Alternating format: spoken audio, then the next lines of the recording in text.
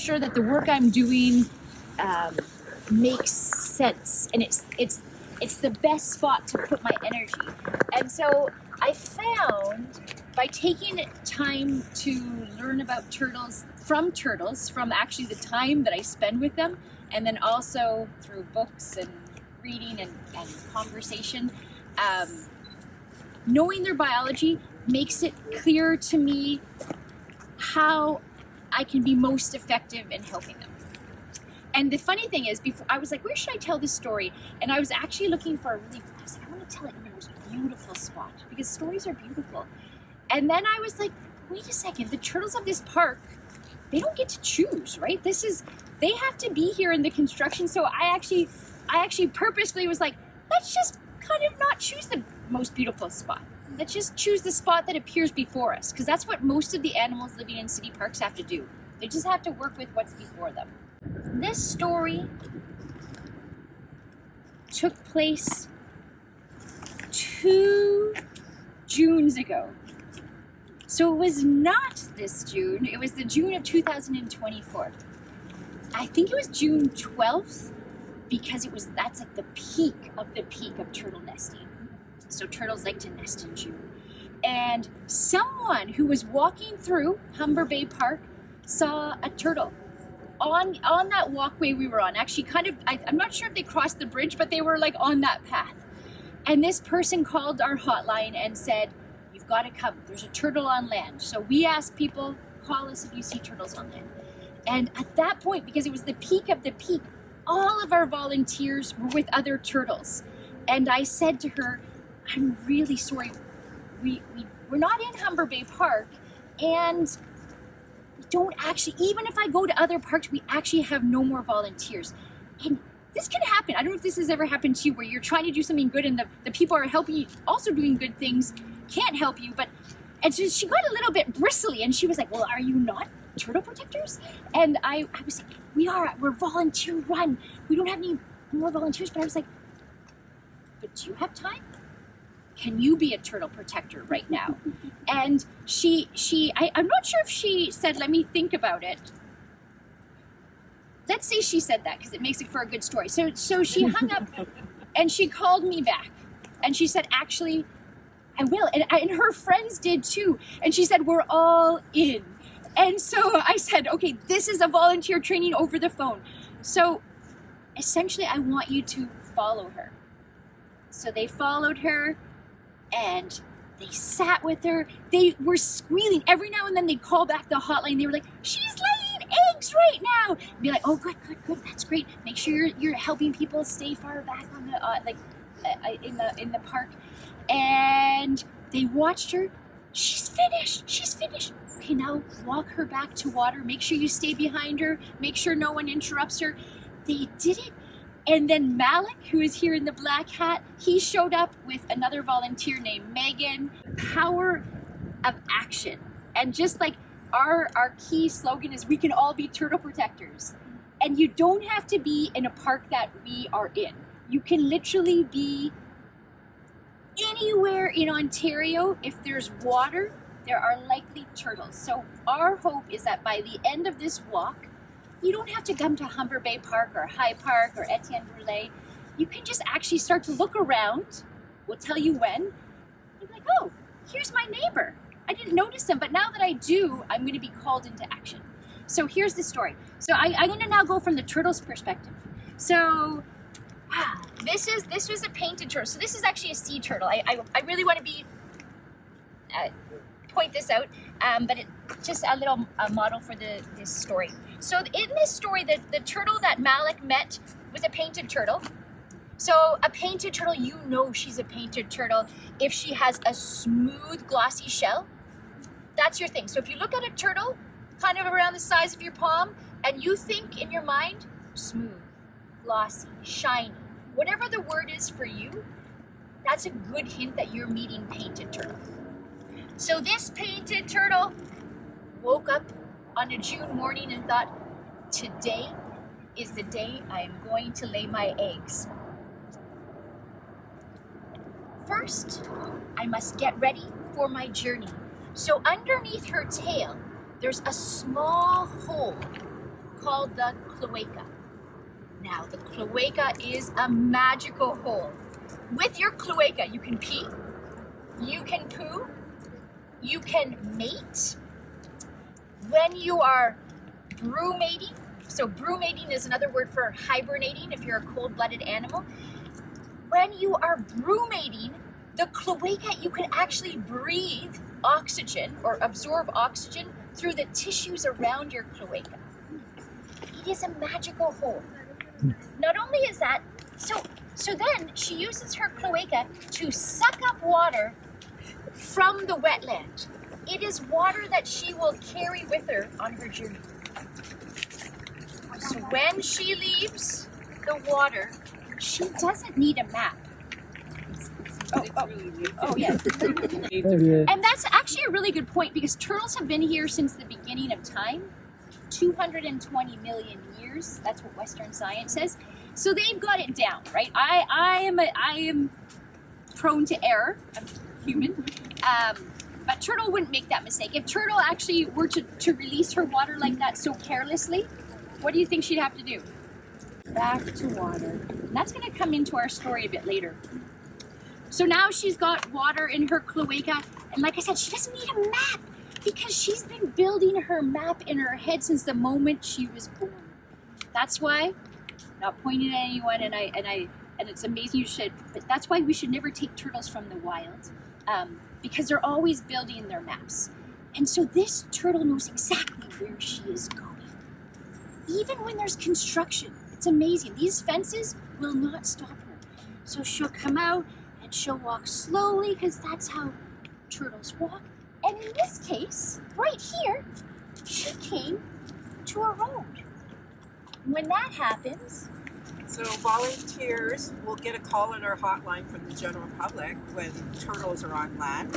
So volunteers have been dispatched. And when we come across a turtle, we always introduce ourselves in Anishinaabe and let them know that if we have to pick them up, that we're going to do so. It's just like I wouldn't just come and grab you and hug you without your consent, right? We're treating them as sentient beings. So I'd say, Ani Bonjour, Michigan, I'm going to pick you up and help you cross that road. And so when I'm picking up turtle, there's a certain way to hold them. Painted turtles, you don't have to be too concerned, right? The snapping turtles, there's a sweet spot to hold them between their legs where they can't scratch you or snap at you. And we always take turtle in the direction that they are going. Because what happens if I'm like, no, that's not a good spot, go this way? What do you think is going to happen when I leave? Right? So that turtle is going to cross. So taking them in the direction that they're going. Always, if you're stopping traffic, we always make sure that you keep your eyes on the road. Unfortunately, people have been killed helping turtles cross the roads outside of the city. And then what we do is we stay about 2 car lengths back, and then we just follow her to wherever it is she's going. and this is what those 3 women did. So then they follow her, and then she gets to the spot she remembers. And when she's there, she starts to do some test digs using the long claws on her back feet. And it's amazing because sometimes I'll do this, because you have time when you're turtles. It can take like 4 hours or more.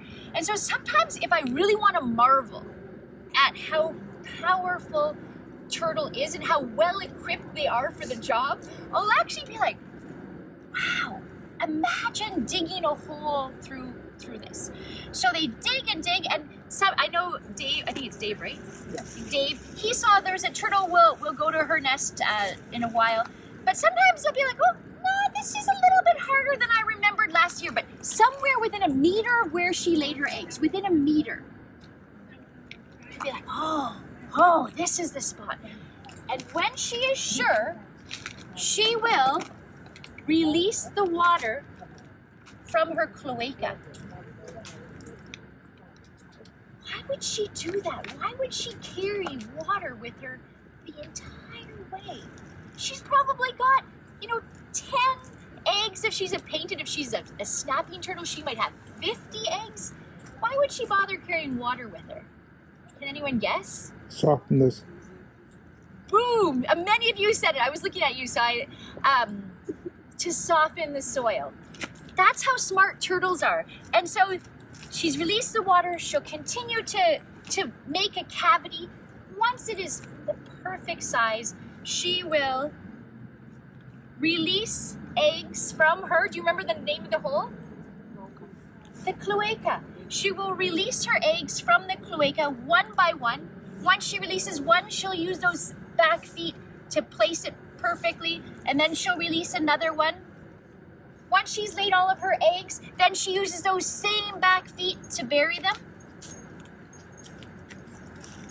And after that, she looks and says, Mama P, until we meet again. we added that part. We're not sure if that's exactly what she says, but I like the thing she says. Until I meet you again. and then she makes her way back to water, and her job as a mother is done. But while all of this was happening, over here, there is raccoon. Right. Oh, Yeah. I'm going to use my long fingers to dig up those eggs. And over here was fox. When the night falls, I know exactly what I'll be eating.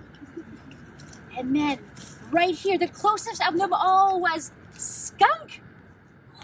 Turtle eggs are as smelly as me. I can't wait to eat them. But before they do, So volunteers come in with a nest protector, which is like that wooden frame that you've seen with mesh on top, and center the nest underneath, staking that in. and so now the eggs are safe. It's important to know that skunk, fox, and raccoon have been eating turtle eggs for thousands of years. It has not been a problem. They're just being themselves. But because turtles are at risk, we're kind of just saying, just let the eggs become hatchlings. So this all happens in June. 3 months later, about sometime kind of end of August, September, October, there's sounds inside of their eggs. The hatchlings start to talk to each other. Malik, can you kind of tell us about the little sounds they make? It looks like clicks, like very silent clicks that they make that they can all hear each other. The time they're released, so they all come out together. So this is magical. Remember, these turtles are reptiles, meaning their eggs are soft and leathery. So they hear each other. I would love to be able to hear these clicks. What's amazing is, again, they are built for this moment. They have egg teeth, or one egg tooth. They use their egg tooth to rip open their soft, leathery shell. And then what is amazing is one of them, the bravest of the brave, will dig their way out of the nest cavity, and their exit hole will be about the size of a quarter. And they come out, and all of their siblings come out the same hole. There's no need to make their own path out. And when Turtle Protectors finds little hatchlings, we say, Ani bonjour, Michigan, bend again. So we're saying hello, turtle, welcome. and then where do we take them, Carolyn? So we hold them very carefully with a hand underneath, and then holding them. Sometimes we'll have like a thumb on top and a finger underneath like that. Oh yeah. So we might hold them like this to support them, but we always have a hand underneath because we don't want to drop them. And what we do is we bring them right to the edge of water. And the reason why we're carrying them to water is because there's so many risks, along the way. When you think about, as we're here, cyclists, maybe vehicles, people's feet. And we bring them right to that edge of the water. So we don't toss them in, we wait. Because we want them to walk in just as they would naturally. And we wait because we're on turtle time. And hatchlings can take can go right in. They could take a few minutes, or they can even take a lot longer.